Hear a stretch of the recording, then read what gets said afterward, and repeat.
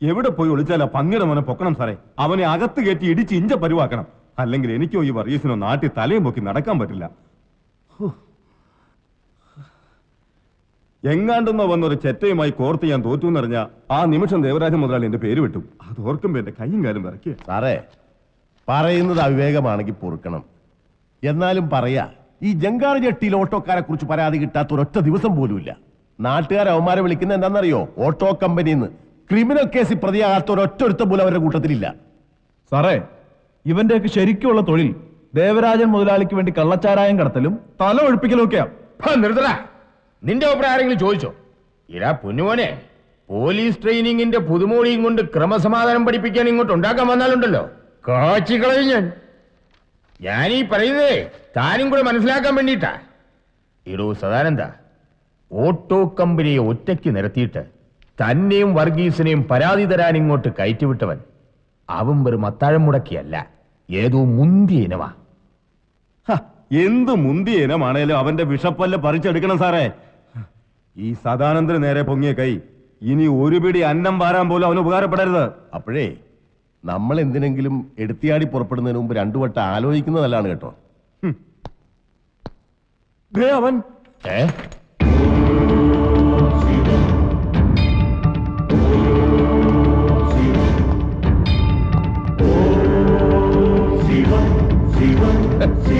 ഇരിയടാ സദാനന്ദ. ഓ, ഇവനാണല്ലേ നീയെല്ലാം കൂടി പറഞ്ഞു പെരുപ്പിച്ച മഹാ അവതാരം. ഒന്ന് നിക്കടാ.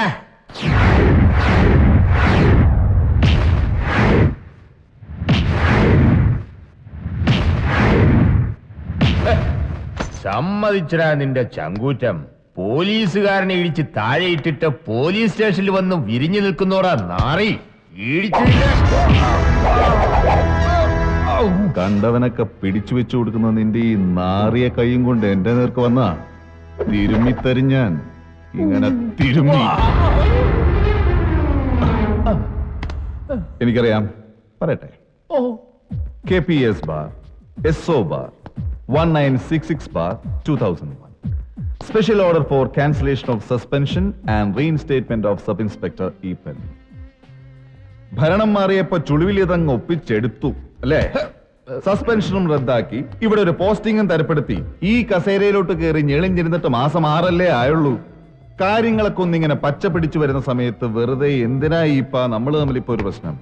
സാർ, ഓ അല്ല, സാറിനെ മനസ്സിലായില്ലേ? ഓ സാറ്, അത് കൊള്ളാം. അതിനെന്താ, മനസ്സിലാക്കി തരാലോ. കാര്യങ്ങള് നമുക്ക് അകത്തിരുന്ന് സംസാരിക്കാം.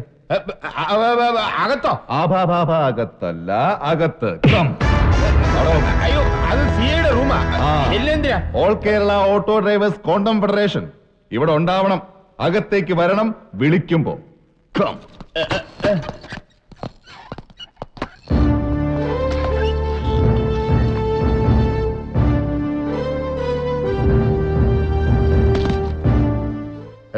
സാറ് വരുന്നവരും ഒന്ന് അറിയിച്ചിരുന്നെങ്കിൽ ഞാൻ തന്നെ നേരിട്ട്. ആളറിയാതെ ഒരു അബദ്ധം പറ്റിപ്പോയതാ. ഇദ്ദേഹം അത് മുൻപരിചയമില്ലാത്ത സ്ഥലത്ത് വന്നുപെട്ട ഒരു കുടുംബത്തെ സംഘം ചേർന്ന് ഭീഷണിപ്പെടുത്തി പണം തട്ടാൻ ശ്രമിക്കുമ്പോ കണ്ണും പൂട്ടി നോക്കി നിൽക്കുന്നത് എന്തുപകാരസ്മരണയുടെ പേരിലായാലും ശരി, തെറ്റാണ്. അക്ഷന്തവ്യമായ തെറ്റ്. ഇതൊക്കെ ഇങ്ങനെ പറഞ്ഞു കൊടുക്കാതെ തന്നെ അറിയാൻ ശേഷിയുള്ളവരാണ് പോലീസുകാരിൽ പലരും. പക്ഷേ എവിടെ ഉണ്ടാവുമല്ലോ നാണം കെടുത്താനായിട്ട് കുറെ ഈപ്പന്മാർ അല്ലേ? എന്റെ സ്റ്റേഷൻ അതിർത്തിക്കുള്ളിൽ ഇനിമേൽ ഇത്തരം സംഭവങ്ങൾ ഉണ്ടാവരുത്, ഉണ്ടാവാൻ പാടില്ല. നിലവിലുള്ള പെൻഡിംഗ് കേസസിന്റെ മുഴുവൻ ഡീറ്റെയിൽസും എനിക്ക് കിട്ടണം, വിത്ത് ദെയർ കറന്റ് സ്റ്റേറ്റസ്. കിട്ടിയില്ല?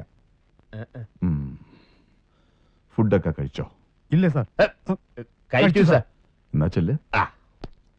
ഇപ്പോ എന്തോ ഇപ്പൊ പറഞ്ഞ ഫയലുകളൊക്കെ നാളെ രാവിലെ കൃത്യം 10 മണിക്ക് എന്റെ മേശപ്പുറത്തുണ്ടാവണം. On my table.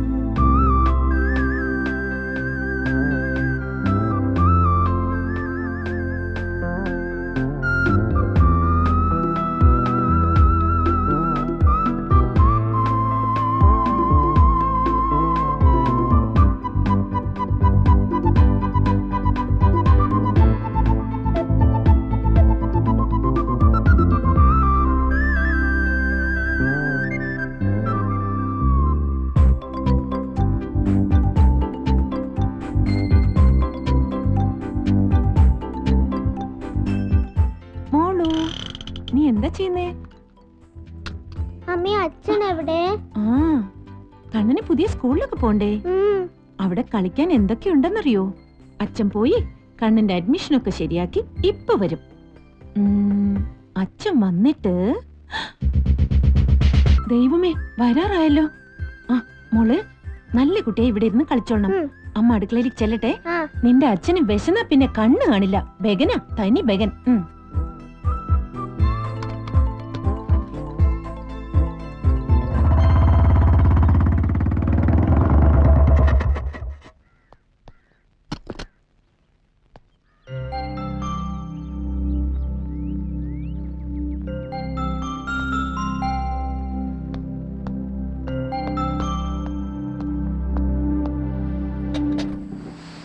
ഈ 2 ലോഡ് സ്റ്റവും വെച്ച് എന്ത് ചെയ്യും ഞാൻ?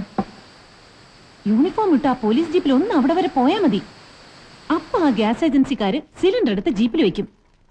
ചെയ്യില്ലല്ലോ. അധികാര ദുർവിനിയോഗാത്രേ. ആരാണോ ഇങ്ങനെ വായിക്കൊള്ളാത്ത വാക്കൊക്കെ കണ്ടുപിടിച്ചത്? നിന്റെ അച്ഛൻ. എത്തിയോ? ആ കൊള്ളാലോ. വന്നിറങ്ങി ബോർഡ് തൂക്കി പറഞ്ഞ കിട്ടിയില്ലോ 5-6 രോഗികളെ.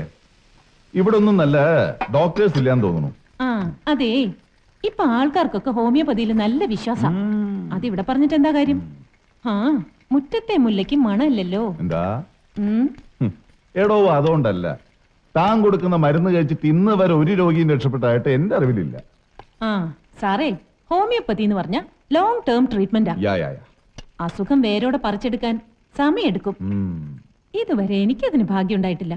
എവിടെയെങ്കിലും ചെന്ന് 5-6 പേഷ്യൻസിനെയും കിട്ടി അവർക്ക് ആദ്യത്തെ ഡോസ് മരുന്ന് കൊടുക്കും. അപ്പോഴേക്ക് ഇയാൾക്ക് സ്ഥലം മാറ്റോ സസ്പെൻഷനോ ആവും. പിന്നെ എല്ലാം കെട്ടിപ്പെറുക്കി അടുത്തടുത്തേക്ക്. ഇവിടെയെങ്കിലും ഒന്ന് ഉറച്ചാ മതിയായിരുന്നു. വന്നിറങ്ങിയ ലക്ഷണം കണ്ടിട്ട് ഇവിടെയും തദൈവ. ഇല്ലടോ, ഇവിടെ ഒരു കുഴപ്പമുണ്ടാവൂല. നാട്ടുകാരെ മുഴുവൻ താൻ തന്റെ പഞ്ചാര ഗുളിക കൊടുത്ത് ഒരു വഴിക്കാക്കിക്കോ.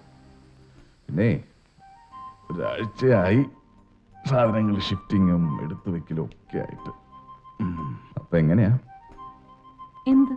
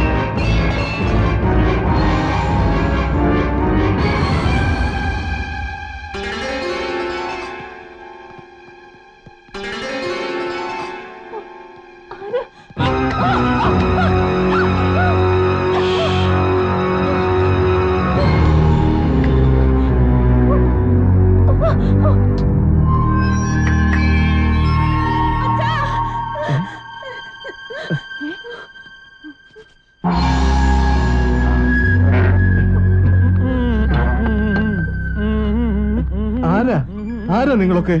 ആ സാമ്പാർ കുറച്ചും കൂടി ക്ഷമിച്ചി. ഇല്ല വേണ്ട, ഞാൻ തന്നെ എടുക്കാം. ഓക്കെ. അല്ല, എനിക്കൊന്നും മനസ്സിലാവുന്നില്ല. ആ മനസ്സിലാക്കി തരാം. ഇരിക്കെ. എന്താ എന്താ നിങ്ങൾക്ക് വേണ്ടേ? വേണ്ടത് എന്താന്ന് പറഞ്ഞാ തരുവോ മാഷേ?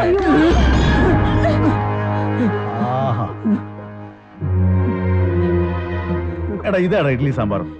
നമ്മുടെ ചായക്കടക്കാരൻ കേശവനുണ്ടല്ലോ, ആ തെണ്ടിയോട് പോയി പറയണം ഇവിടെ വന്ന് ഈ അമ്മച്ചിക്ക് ശിഷ്യപ്പെടാം. അത് ശരിയാ. ദൈവത്തെ ഓർത്തൊന്ന് പറ, ആരാ നിങ്ങളൊക്കെ? എന്താ ഇതിന്റെയൊക്കെ അർത്ഥം? നാക്കി നെരി പോകുന്നതിന് മുമ്പ് ചൂട് ചായ ഒരു പുകയും ഒടുക്കത്തെ ഫീലിംഗ് ആ മോളെ. എല്ലാം കൂടി കുറെ ലോഡടിക്കേണ്ടി വരും, അല്ലടാ സോമു? പിന്നെ അങ്ങനെ അങ്ങ് ഒതുക്കി മാറ്റാൻ പറ്റുമോ? ടെൻഷൻ വേണ്ട മാഷേ. ഇന്ന് വൈകുന്നേരം ആവുമ്പോഴേക്കും ഈ സാധനങ്ങളൊക്കെ മാറ്റി ഈ വീട് ഞങ്ങൾ അങ്ങ് കാലിയാക്കി തരാം. കാലിയാക്കാനോ? എന്താ ഈ പറയുന്നേ? എന്തിനാ ഇതൊക്കെ ഇവിടുത്തെ അടുത്ത് മാറ്റുന്നേ? എന്താ മാഷേ ഇത്? വിറ്റ വീട്ടിൽ ഈ സാധനങ്ങൾ കെട്ടിപ്പിടിച്ചോണ്ടിരിക്കാനൊക്കോ? വിറ്റ വീടോ? എന്റെ വീട് ഞാൻ ആർക്കും വിറ്റിട്ടില്ലല്ലോ. ഈ ദേവരാജന്മാരുടെ ഓരോ തമാശകള്. അങ്ങനെ ഓരോ വസ്തുക്കൾ വാങ്ങും, പക്ഷെ വിൽക്കുന്നവരെ അറിയാല. ഇത് തന്നെയാ നമ്മുടെ ഹസൻ കോയക്കും പറ്റിയത്. അയാളുടെ ഹോട്ടൽ മുതലാളി വാങ്ങി, പക്ഷേ ഞങ്ങൾ പറഞ്ഞപ്പോഴേ അയാളത് അറിയുന്നത്. അയാളുടെ മോനടുത്തുണ്ടായിരുന്നു. ആ പന്തിക്ക് വാശി ഒഴിഞ്ഞു തരാൻ പറ്റിയല്ലാന്ന്. പിന്നെ ഞങ്ങൾ അവനെ അങ്ങോട്ട് ഉറക്കി.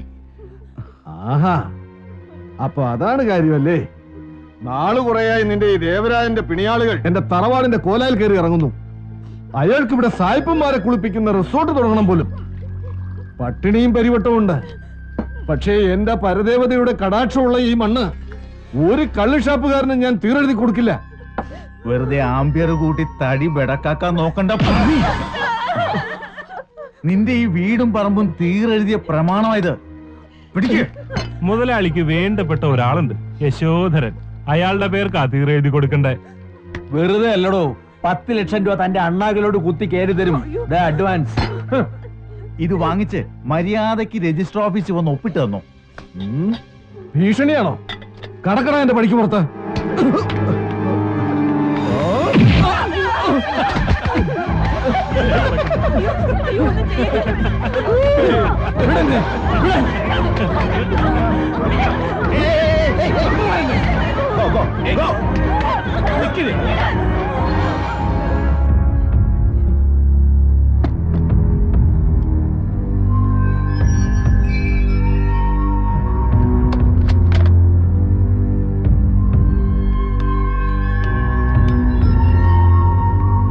ഹലോ ഹലോ സാർ, എന്റെ വീട് കുറെ പേർ ചേർന്ന് ആക്രമിക്കുന്നു.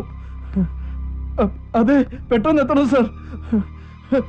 അഡ്രസ് പത്മനാഭൻ, കോയിക്കര. ആ അതെ. ഓ ഓ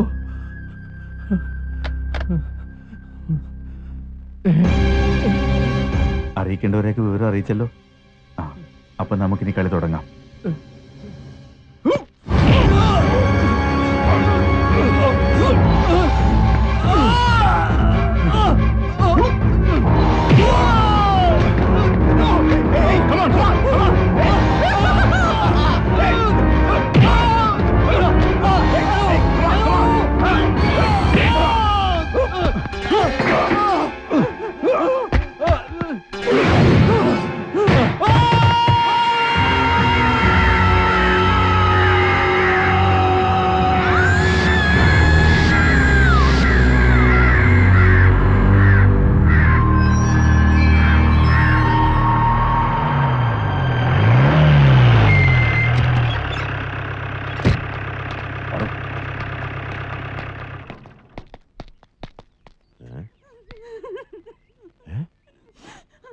അവിടെ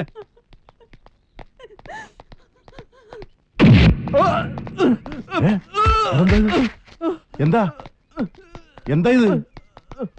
എന്തു പറ്റി? ആരാടാ നീ? എന്താടാ ഇത്? വിട്ടുപിടി സാറേ, അത്രത്ത് കിണ്ടി കളിക്കല്ലേ. വേണ്ട സാർ, ഞാൻ പറയുന്ന കേൾക്ക്. ഇത് മുതലാളിയുടെ സെറ്റപ്പാ, നമ്മൾ ഇതിൽ ഇടപെടണ്ട. ഒന്ന് വിടുവോ എന്നെ? എടാ, ഇത്രയും വലിയ തന്തയിലായ്മ നോക്കിക്കൊണ്ട് നിൽക്കാൻ പറ്റുള്ളൂ ഒരു പോലീസുകാരന്? ഞാൻ പറയാനുള്ളത് പറഞ്ഞു. ഇനി സാറിന്റെ ഇഷ്ടം. അറിയാവല്ലോ നമ്മുടെ പി സി റഹ്മാന്റെ കേസ്. ഇപ്പൊ കുടുംബം തെരുവില. കുഞ്ഞുകുട്ടി പരാതിനുള്ള ആൾക്കാരാ നമ്മളൊക്കെ. വെറുതെ മുതലാളിയായിട്ട് ഇടഞ്ഞോണ്ടൊരു ഇടപാട് വേണേ അയക്കൂ, പക്ഷെ എന്നെ വിട്ടേരും. ദൈവത്തെ ഓർത്ത് ഞങ്ങളെ രക്ഷിക്കണം. നിങ്ങൾക്കും ഇല്ലേ കുടുംബവും കുട്ടികളും ഒക്കെ? അതൊക്കെ ഉള്ളതുകൊണ്ടാ മാഷെ ഞങ്ങൾ പോകുന്നത്. വെറുതെ സംഗതി വഷളാക്കാതെ അവര് പറയുന്നത് എന്താണെന്ന് വെച്ചാ ചെയ്യ്.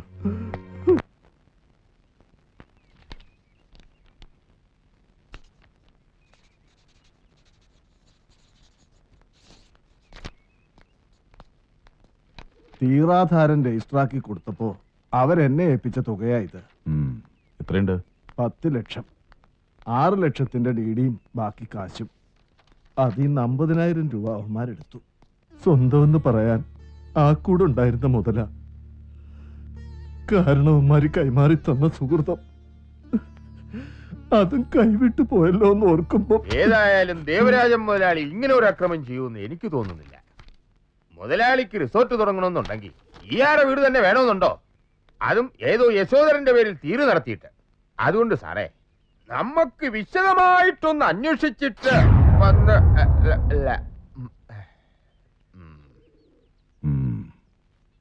മാഷ് ചായ കുടിക്കും.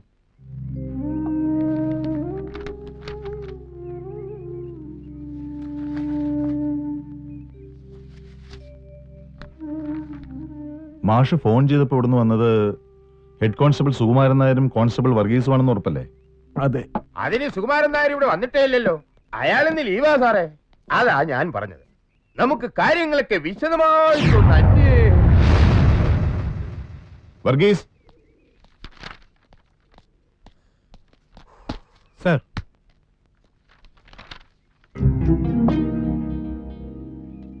വർഗീസ് ഇദ്ദേഹത്തെ അറിയോ?